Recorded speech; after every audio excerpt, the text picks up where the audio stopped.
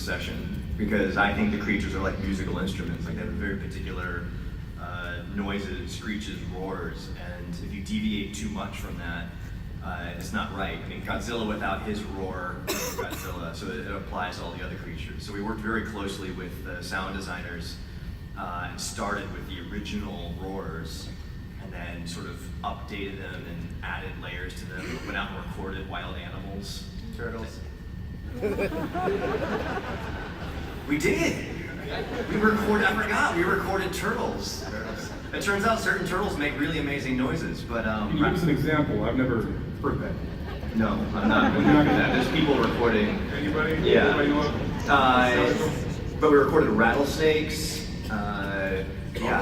vultures, owls. It was really fun. But yeah, they have to sound like themselves.